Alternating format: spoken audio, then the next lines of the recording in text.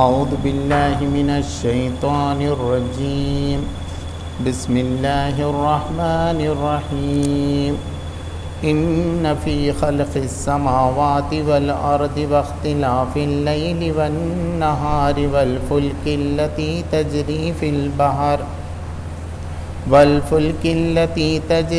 البحر بما ينفع الناس وما انزل اللہ من السماء من ماء فأحیا به الارض بعد موتها وبث فیہا من کل دابہ وتصریف الریاح والسحاب المسخر بین السماء والارض لآیات لقوم یعقلون صدق اللہ العظیم۔ اللہ کے نام سے جو بے انتہا مہربان اور رحم فرمانے والا ہے۔ اس حقیقت کو پہچاننے کے لیے اگر کوئی نشانی اور علامت درکار ہے تو جو لوگ عقل سے کام لیتے ہیں ان کے لیے آسمانوں اور زمین کی ساخت میں، رات اور دن کے پہر میں ایک دوسرے کے بعد آنے میں، ان کشتیوں میں جو انسان کے نفع کی چیزیں لیے ہوئے دریاؤں اور سمندروں میں چلتی پھرتی ہیں، بارش کے اس پانی میں جسے اللہ اوپر سے برساتا ہے، پھر اس کے ذریعے سے مردہ زمین کو زندگی بخشتا ہے، اور اپنی اسی انتظام کے بدولت زمین میں ہر قسم کی جاندار مخلوق کو پھیلاتا ہے، ہواؤں کی گردش میں اور ان بادلوں میں جو آسمان اور زمین کے درمیان تابع فرمان بنا کر رکھے گئے ہیں، بے شمار نشانیاں ہیں، مگر وحدت خداوندی پر دلالت کرنے والے ان کھلے کھلے آثار کے ہوتے ہوئے بھی کچھ لوگ ایسے ہیں جو اللہ کے سوا دوسروں کو اس کا ہمسر اور مد مقابل بناتے ہیں، اور ان کے ایسے گرویدہ ہیں جیسے اللہ کے ساتھ گرویدگی ہونی چاہیے، حالانکہ ایمان رکھنے والے لوگ سب سے بڑھ کر اللہ کو محبوب رکھتے ہیں۔ کاش جو کچھ عذاب کو سامنے دیکھ کر انہیں سوجھنے والا ہے وہ آج ہی ان ظالموں کو سوجھ جائے کہ ساری طاقتیں اور سارے اختیارات اللہ ہی کے قبضے میں ہیں، اور یہ کہ اللہ سزا دینے میں بھی بہت سخت ہے۔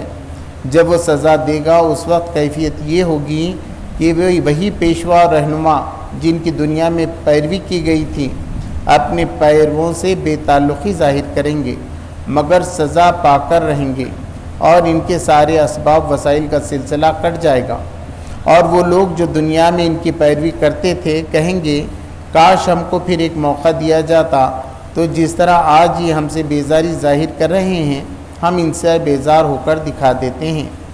یوں اللہ ان لوگوں کے وہ اعمال جو یہ دنیا میں کر رہے ہیں ان کے سامنے اس طرح لائے گا کہ یہ حسرتوں اور پشیمانیوں کے ساتھ ہاتھ ملتے رہیں گے، مگر آگ سے نکلنے کی کوئی راہ نہ پائیں گے۔ سچ فرمایا اللہ نے۔ محترم حضرات، یہ 20واں رکوع ہے سورہ البقرہ کا، جس کی ایک آیت کی تلاوت میں نے کی اور پورے رکوع کا ترجمہ آپ کے سامنے پیش کیا۔ اس سے پہلے جو بات آئی تھی اس کی آخری آیتیں یہ تھیں کہ وہ الہکم الہ واحد لا الہ الا هو الرحمن الرحیم، کہ تمہارا خدا تو صرف ایک ہی خدا ہے، اس کے سوا کوئی خدا نہیں ہے، اور بہت ہی رحمان ہے، بہت رحمت فرمانے والا ہے، اور ہمیشہ رحمت برسانے والا ہے۔ یہ بات کو اب دلیل کے ساتھ سمجھائی گئی۔ یہ ترجمہ یہاں سے شروع ہوا کہ اس حقیقت کو پہچاننے کے لیے کہ اللہ ایک ہی ہے، اس حقیقت کو اگر آپ کو پہچاننا ہے تو اللہ نے کچھ نشانیاں رکھیں۔ کیا ہے نشانیاں اللہ نے رکھیں؟ ان فی خلق السماوات والارض واختلاف اللیل والنہار والفلک التي تجری فی البحر بما ينفع الناس، کہ بے شک زمین اور آسمان کے پیدا کرنے میں اور دن اور رات کے باری باری آنے میں اور کشتیوں کے سمندر اور دریاؤں میں چلنے میں بہت سے فائدے ہیں انسانوں کے لیے۔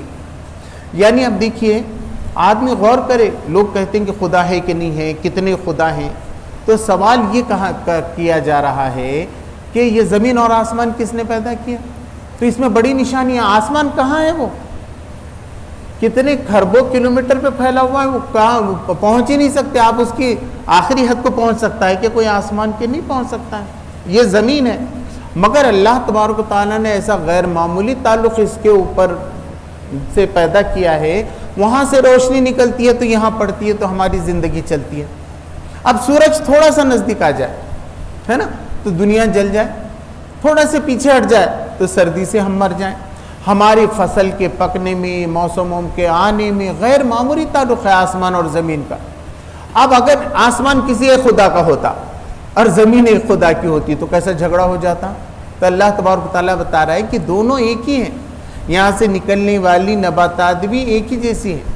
تو یہ سب ایک اپوزٹ چیز ہے. پھر بتایا رات اور دن کے باری باری آنے میں. اب دیکھیے دن اور رات ایک سیکنڈ کا فرق پڑ رہا ہے. اب 6:47 پہ افطار ہے، کل 6:48 پہ ہوگا.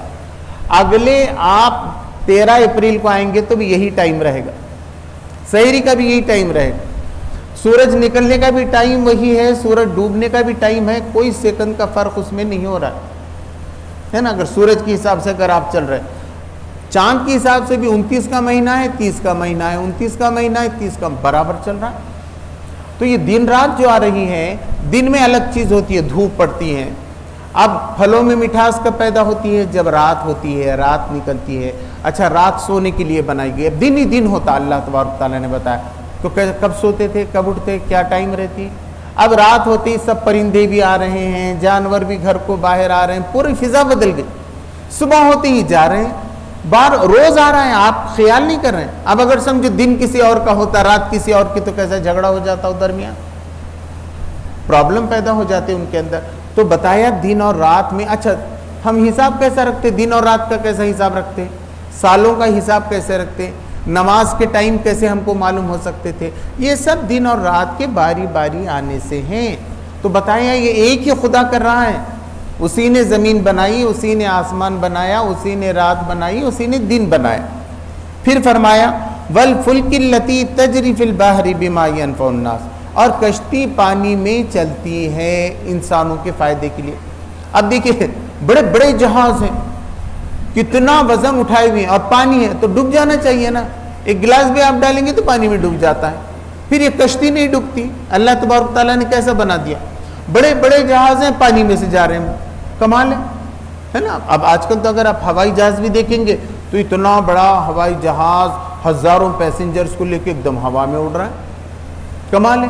تو پانی اور کشتی بھی ایسی ہے، تھوڑا سا پانی آ گیا، اس کو سوراخ پڑ گیا تو آپ دیکھتے ہیں کیسے بڑے بڑے پانی کے جہاز ڈوب جاتے ہیں، ختم ہو جاتے ہیں. تو یہ اللہ ہے، اللہ تبارک و تعالیٰ ہے جس نے ایسا بنایا کہ اپوزٹ چیزیں ہیں، دونوں الگ ہیں. آسمان بالکل الگ ہے، زمین الگ ہے. رات بالکل الگ ہے، اپوزٹ ہے، دن الگ ہے اس کا. ایسی کشتی اوپر جا رہی ہے، پانی نیچے ہے، یہ سب. لیکن اللہ تبارک و تعالیٰ دونوں کے امتزاج سے، دونوں کے ملن سے اتنی بہترین چیزیں سامنے لا رہا ہے. اس پہ تم کو غور کرنا چاہیے. پورے انسان اس سے فائدہ اٹھا رہے ہیں. تو خدا ہے کہ نہیں ہے؟ تو پھر یہ کون برسا رہا ہے آسمان سے پانی؟ اب وہ ساری چیزیں آگے بتائی. وَمَا أَنزَلَ اللَّهُ مِنَ السَّمَاءِ مَاءً فَأَحْيَا بِهِ الْأَرْضَ بَعْدَ مَوْتِهَا، اور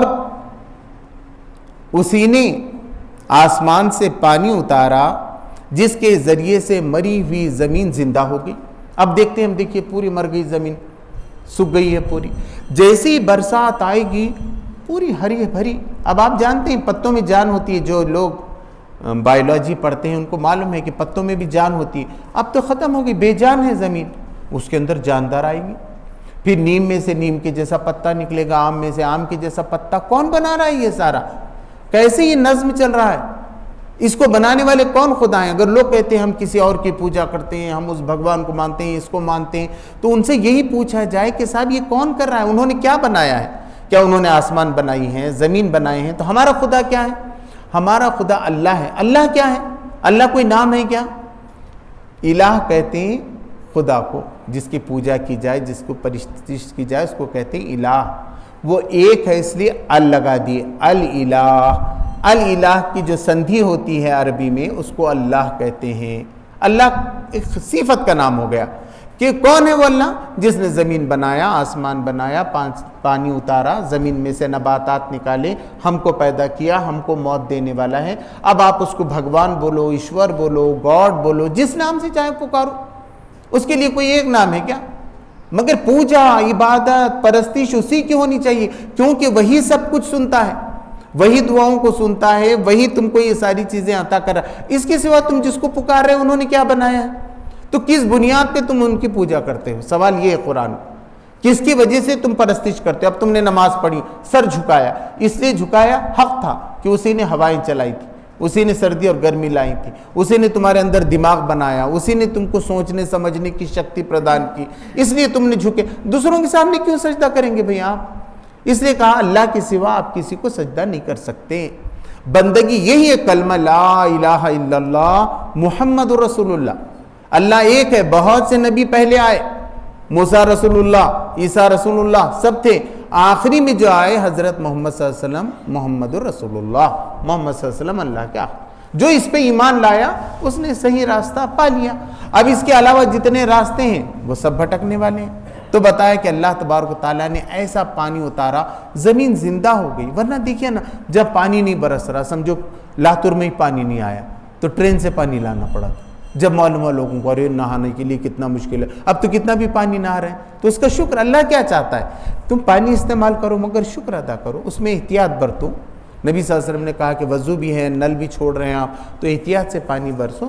پانی بہت قیمتی چیز ہے، نہیں ملے گا جب معلوم ہوگا آپ کو کتنا پرابلم ہے اس کا، اور آپ یہاں بھگت چکے ہیں سب، تو کم سے کم آپ پانی کے لیے جو ہے احتیاط کرو، جتنی ضرورت ہے اتنا ہی جو ہے اس کا استعمال کرو۔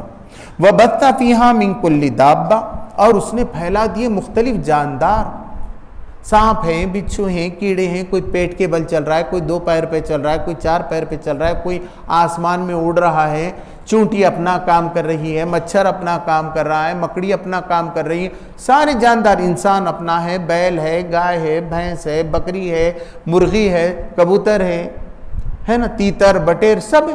تو کیا نہیں پھیلایا اللہ تبارک و تعالیٰ نے؟ کوئی آسمان میں اتر رہا ہے تو اللہ تبارک و تعالیٰ نے دیکھا، بتایا کہ دیکھو کون ہے جو ان کو آسمان میں تھا میرے؟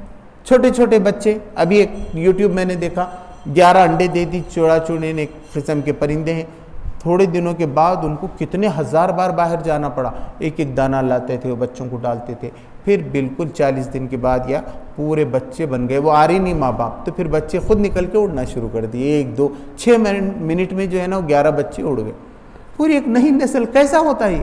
کیسے انڈے بنتے ہیں، کیسا سمجھ میں آتا ہے، کیسا وہ پرندے خود ماں باپ بن کے کیسا بچوں کی خدمت کرتے ہیں، ان کو بڑا کرتے ہیں۔ آپ دیکھیے کبوتر کے بچے کو بھی آپ چھینے کی کوشش کیجئے، آنکھ پہ آئے گا وہ۔ مرغی بھی اپنے بچوں کو انڈوں کو ہاتھ لگانے نہیں دیتی۔ کیسا اللہ تبارک و تعالیٰ نے کیسے یہ جاندار پھیلا دیے، زمین میں بھی آسمانوں میں۔ آسمان میں بھی کئی قسم کے ہیں، جیسے جاندار یہاں ہیں، آسمانوں میں بھی پھیلے ہوئے اڑ رہے ہیں، کچھ کا علم ہم کو ہوا ہے، کچھ کا نہیں ہے، بلکہ جو بادل ہیں ابھی ذکر آئے گا، اس میں سے کبھی کبھی مچھلیاں آ کے نیچے گر جاتی۔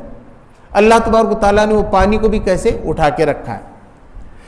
وَتَصْرِيفِ الرِّيَاحِ وَالسَّحَابِ الْمُسَخَّرِ بَيْنَ السَّمَاءِ وَالْأَرْضِ لَآيَاتٍ لِقَوْمٍ يَعْقِلُونَ، اور ہواؤں کے پھرنے میں، اب دیکھیں ہوا پھر گئی تو ہوا بہت الگ الگ طریقے سے پھرتی ہے، کبھی سردی کی ہوا لہر چل گئی، ٹھنڈی کی آ گئی کہ کئی لوگ مر گئے اس کے اندر، کبھی لو مارتی ہے گرمی سے، اس کے اندر کچھ لوگ مر جاتے ہیں، کبھی رحمت کے لیے ہوا برستی ہے کہ پوری بارش لا کے رکھتی ہے، کبھی اتنا پانی آتا ہے۔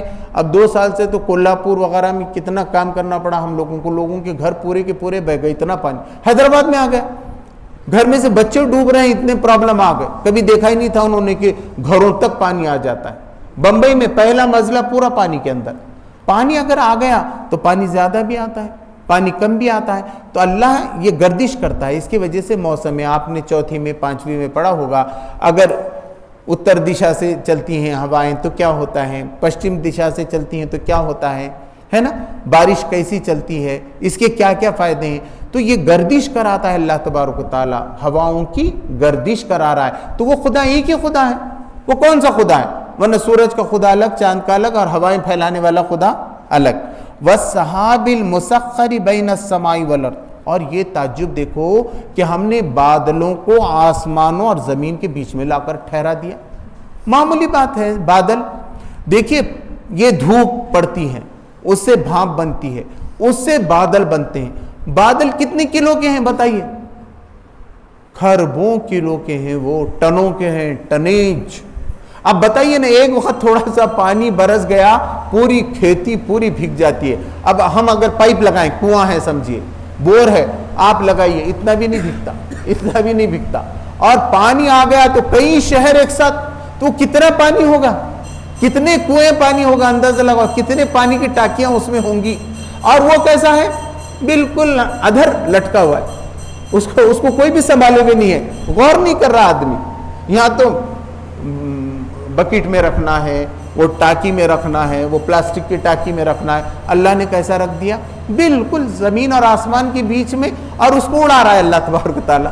جا رہے ہیں بادل، ہم کو دکھ رہے ہیں کہ بادل گھومتے جا رہے ہیں۔ اگر آپ ہوائی جہاز کا سفر کریں گے تو وہاں تو بہت ایک دم کالے کالے نزدیک، کبھی کبھی تو بادل میں سے چلے جاتا ہے۔ اب ایک مرتبہ اچھا بادل میں برف کے پہاڑ بھی رہتے ہیں، وہ دیکھ کے چلانا پڑتا ہے ہوائی جہاز چلانے والے کو۔ اب وہ جو ایک وقت ایمبولینس ہیلی کاپٹر کی بنا کر لے کر جا رہے تھے، اس کو سمجھ میں نہیں آیا، جا کر ٹکرا دیا تو کیا اندر وہ تھے، برف تھا پورا، ٹکرا کے پورے کولیپس ہو گئے، تو وہ پیشنٹ کے ساتھ سب نرس ڈاکٹر سبھی ختم ہو گئے۔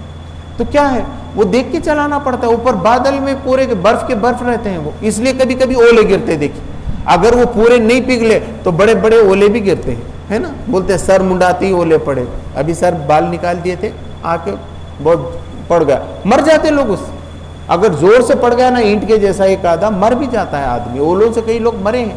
اور پورا آپ دیکھے ہوں گے یوٹیوب میں وغیرہ بہت سے ہیں، اس میں سے نکال کے دیکھیے آپ، تو یہ کیا ہے اللہ تبارک و تعالیٰ کی طرف سے کہ اس نے کیسے ہوا میں ان کو باندھ رکھا ہے۔ لآیات لقوم یعقلون، اگر عقل ہے، اس پہ لوگ ریسرچ کر رہے ہیں۔ دیکھیے آپ یہ کر سکتے ہیں، پانی آئے گا کہ نہیں معلوم ہوتا ہے، ابو بتاتا ہے گرمی بہت بڑھ رہی ہے، 8 دن تک راحت کی کوئی گنجائش نہیں، تو یہ علم آپ حاصل کر سکتے ہیں۔ اور کمال یہی ہے، ہمارے ہاتھ میں کچھ بھی نہیں ہے، ہوا کون چلا رہا ہے؟ اللہ۔ پانی کون برسا رہا ہے؟ اللہ۔ تو کبھی اللہ زیادہ پانی برساتا ہے، کبھی کم برساتا ہے۔ اللہ کہتا ہے بندے کا کام یہ ہے کہ اپنی عقل سے کام لے، کہ اب کہ زیادہ پانی آیا تو میں کیا کروں گا، کم پانی آیا تو میں کیسے استعمال کروں، اللہ نے پانی کم بھیجا تو کیوں بھیجا، اس کی حکمتوں کو سمجھے، زیادہ بھیجا تو کیوں بھیجا، گرمی زیادہ پڑ رہی ہے تو کیوں پڑ رہی ہے، اس سے میں کیا فائدہ اٹھا سکتا ہوں۔ انسان کا ذہن شکر کا ہونا چاہیے کہ اللہ تبارک و تعالیٰ کوئی زیادتی نہیں کرتا، جو بھی کرتا ہے تمہارے رحمت کے لیے کرتا ہے، تمہاری بھلائی کے لیے کہتا ہے، تو انسان کو سوچ کر اس میں سے راستے نکالنا چاہیے اپنے آپ کو۔ تو جو عقل والے ہیں ان کے لیے نشانیاں ہیں کہ یہ سب کرنے والی ذات صرف ایک خدا کی ہی ہو سکتی ہے، اسی کی بندگی ہونی چاہیے، اسی کی سجدہ ہونا چاہیے، یہ پیغام اس کے اندر ہے۔ وَمِنَ النَّاسِ مَن يَتَّخِذُ مِن دُونِ اللَّهِ أَندَادًا يُحِبُّونَهُمْ كَحُبِّ اللَّهِ، اور لوگوں میں سے کچھ ایسے ہیں جو خدا کے سوا کسی اور کو دیوی دیوتا بنا لے رہے ہیں، خدا بنا رہے ہیں، اور ان پہ ایسا چاہتے ہیں، ایسے چڑھاوے چڑھاتے ہیں، ان کے لیے ایسے سفر کرتے ہیں، ان کے لیے ایسی قربانیاں کرتے ہیں، ننگے پیر بھی جاتے ہیں، سر بھی منڈاتے ہیں، اور کیا کیا نہیں کرتے، ان سے اتنی محبت کرتے ہیں جیسی محبت اللہ سے کرنی چاہیے۔ یحبونہم، وہ ایسی محبت کرتے ہیں کحب اللہ، جیسی محبت اللہ سے کرنا چاہیے، اللہ سے محبت ہونی چاہیے۔ دیکھیے آپ کو جو کچھ دنیا میں ملا ہے، ماں باپ ملے ہیں، بچے ملے ہیں، آنکھ ملی ہے، کان ملے ہیں، کبھی بھی جا سکتے ہیں، کبھی بھی چھین لے سکتا ہے اللہ تبارک، جیسا آیا ویسے جاتا ہے، جو چیز پیدا ہوئی ہے وہ چیز ختم ہو جانے والی ہے، یہ آنکھ ہمیشہ نہیں رہنے والی ہے، کان ہمیشہ نہیں رہنے والے، خبر میں چلے گئے، اس سے پہلے بھی جا سکتے۔ دیکھتے دیکھتے لوگوں کی آنکھیں زندگی میں اندھی ہو جاتی ہیں، کان بہرے ہو جاتے، سنے نہیں آ رہا، کسی کی تو عقل ہی معاف ہو جاتی، کچھ بھی اس کو جو ہے سمجھ میں نہیں آ رہا ہے۔ تو یہ جو ختم ہونے والی چیز ہے یہ اللہ کی طرف سے، اس لیے اللہ کا شکر ادا کرنا چاہیے، اسی کا ذکر کرنا چاہیے۔ اللہ کیا کہتا ہے؟ فَاذْكُرُونِي أَذْكُرُكُمْ وَاشْكُرُوا لِي وَلَا تَكْفُرُونَ، کہ تم مجھے یاد رکھو، احسان مانو کہ یہ سب کچھ میں نے تم کو دیا ہے۔ دیکھیے کوئی بھی آدمی ایسا چاہتا ہے، گھر بنایا نا تو وہی چاہتا ہے اس کی تعریف ہونا، اس کو بولے کہ اچھا گھر بنائے تو اس کو خوشی ہوتی ہے نا۔ سمجھو ایک آدمی نے موٹر سائیکل نئی بنا دیا، نئی ڈیزائن کی، جتنے لوگ تعریف کرتے ہیں اس کو خوشی، تو اللہ نے یہ پورا سنسار بنایا تو اس کی حمد نہیں ہونی چاہیے؟ اس لیے ہم کہتے ہیں الحمدللہ رب العالمین، ساری کی ساری تعریفیں اللہ کے لیے ہیں، تو اللہ کو خوشی ہوتی ہے۔ اللہ کہتا ہے میرے بندے نے بالکل سچ بات کہی، اللہ نے سکھایا ہم کو الحمدللہ رب العالمین۔ لیکن ایک حدیث میں آتا ہے کہ اللہ اس کا جواب دیتا ہے، جب بندہ پڑھتا ہے الحمدللہ رب العالمین تو اللہ کہتا ہے میرے بندے نے سچ کہا، بالکل تعریفیں تو میری ہونی چاہیے۔ والذین آمنوا اشد حبا للہ، لیکن جو لوگ ایمان لاتے ہیں اللہ پر، اس کے رسول پر، آخرت پہ، وہ سب سے زیادہ اللہ سے محبت کرتے ہیں، پھر وہ ہر چیز قربان کرنے کو تیار ہو جاتے ہیں۔ اب ابراہیم علیہ السلام چھوٹا بچہ ہے، ان کا بچہ ان کا ہے، لیکن اللہ نے کہا چل اب بیابان میں لے کے جا کر چھوڑ دیے. اب وہ بچہ بعد میں بولیں گا کہیں کو چھوڑے ابا میرے کو، میں اتنا چھوٹا تھا نہیں سمجھ میں آیا تم کو. مگر جو اللہ کا بندہ ہے انہیں بول رہا ہے مجھے کچھ نہیں، تجھے دیا کون؟ مجھے اللہ نے. اب چھوڑو تو میں نے چھوڑ دیا. اب وہ بھی کہا انی ارا فی المنام انی اذبح، میں نے خواب میں دیکھا ہے کہ میں تجھے ذبح کر رہا ہوں، بتا تیرا کیا معاملہ ہے، تو کیا کہتا ہے؟ تو اس نے بھی کہا یا ابتی تؤمر ما یفعل ما تؤمر، کہ تو کر گزر وہ جو جس کو کہا گیا ہے، انشاءاللہ تم مجھے صابروں میں سے پائیں گے. ابا جان بچہ بھی اپنی جان دینے کے لیے تیار ہے. اب بچوں کو ذبح کرنا معمولی بات، مگر جو اللہ کو ماننے والے ابراہیم علیہ السلام، یہ دین ابراہیمی ہے، چاہے وہ کرسچن ہو آج کل ہے دیکھیے دین ابراہیمی ہے. وہ دین ابراہیم یہ تھا کہ صرف ایک خدا کو پہچان گئے. جب سے خدا کا جو ڈنکا بجا ہے تو ابراہیم علیہ السلام کا نام اللہ تبارک و تعالیٰ نے امام بنا دیا. اسی لیے کہا اللہ تبارک و تعالیٰ نے کہ اللہ نے جب آزمایا ابراہیم علیہ السلام کو چند باتوں میں پورا اترا تو اللہ تبارک و تعالیٰ نے فرمایا انی جاعلک للناس اماما، کہ میں سارے انسانوں کا تجھے امام بناتا ہوں. اور آج بھی امام ہے ابراہیم علیہ السلام. مگر انہوں نے کیا کیا؟ اپنا نہیں سمجھا.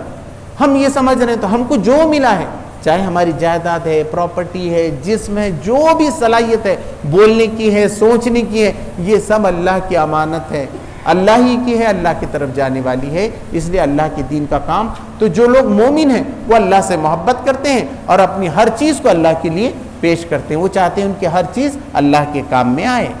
وَلَوْ يَرَى الَّذِينَ ظَلَمُوا إِذْ يَرَوْنَ الْعَذَابَ، کاش کہ تم دیکھتے ظالموں کو کہ جس دن وہ عذاب کو دیکھیں گے. تم بھی دیکھتے ہیں، ابھی تو تمہارے سامنے قیامت نہیں ہے، مگر تم دیکھو گے ایک دن انشاءاللہ کہ یہ ظالم جو ہے عذاب کو دیکھ رہے ہیں. ان القوت للہ جمیعا، تو ان کو معلوم ہو جائے گا کہ پوری قوت اللہ کی ہے. آج ہماری شفاعت کرنے والا کوئی نہیں، آج ہم کو بچانے والا کوئی نہیں. سب بات ان کو معلوم ہو جائے گی. ظالموں کو جنہوں نے شرک کیا تھا، کفر کیا تھا، بہت پکاریں گے وہ اپنے ماننے والوں، کوئی جواب نہیں آئے گا. اور ان کو معلوم ہو جائے گا کہ پوری قوت، پوری کی پوری قوت، چاہے رزق ہو، چاہے دولت ہو، چاہے صحت ہو، یا کوئی بھی چیز ہے بچانے کی یا بچانے کی پناہ گاہ ہو، وہ صرف اللہ کے پاس. وَأَنَّ اللَّهَ شَدِيدُ الْعَذَابِ، اور اللہ تبارک و تعالیٰ کے پاس سخت عذاب، بہت برا عذاب اللہ ہی کے پاس. اِذْ تَبَرَّأَ الَّذِينَ اتُّبِعُوا مِنَ الَّذِينَ اتَّبَعُوا وَرَأَوْا الْعَذَابَ، تو جن لوگوں کی پیروی کی گئی ہے، جن کی پوجا کی گئی تھی، جن کو دنیا میں لیڈر مانا گیا تھا، ان کی بات سب سنتے تھے. صاحب تم کتنے اچھے، تم لیڈر ہمارے، تم جو بولے ہم کرنے، تمہارا جھنڈا اٹھانے کے لیے تیار ہے. اب یہ کہیں گے کہ صاحب زندگی بھر تو تمہارے بولنے پہ ہم مارے کاٹے لوگوں کو اور یہ نفرت پھیلائے، اب آج ہم مدد کرتے کہ ہماری، تو وہ بولیں گے کہ نہیں بھائی تم ہماری پیروی کرتے تھے نہیں کرتے تھے، ہم کو نہیں مان برات، یہاں ہم بھی کچھ نہیں کر سکتے، اب چلے جاؤ. وہ دنیا تھی وہاں چند تھوڑا بہت دیتے تھے، کچھ پوسٹ تھی ہمارے ہاتھ میں، اب میں راجہ رہ کے کیا، فرعون کیا، یا کوئی بھی یہاں کے پردھان منتری کیا، کہیں کے راشٹرپتی کیا، اب وہاں خدا کے پاس کیا ہے، کیا دینے والے ہیں؟ تو وہ کہیں گے کہ نہیں، اب تم نے جو پیروی کی تھی ہم اس کو نہیں مانتے، ہم انکار کرتے ہیں کہ تم نے ہماری پیروی کی تھی.